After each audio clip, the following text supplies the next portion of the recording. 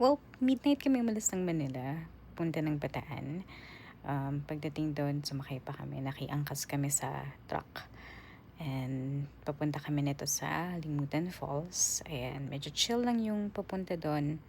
And then, as you can see, medyo pa-challenging yung yung trail. And then, ayan, dumating na kami sa Limutan Falls. Ayan siya.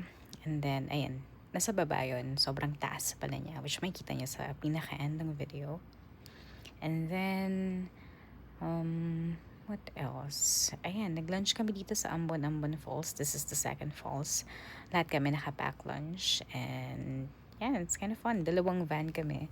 And, ito yung nag-traverse kami, pabalik dun sa base camp, which is yung barangay dun sa Bagak. And then, after nun, medyo challenging yung pababa. Actually, nasalampak and natalisod ako. Buti nakakita ako ng baston. Namumulat na kami ng basura on the way back. And dalawang van kami halos na team. Yung iba nag-overnight, kami day tour lang. Nakita kami ng kalabaw na nililigo. I think it's pretty cool. Then, punta kami ng Orane. And then, sumakay kami ng bangka, punta ng mangrove, learn more about the mangrove and importance sa environment.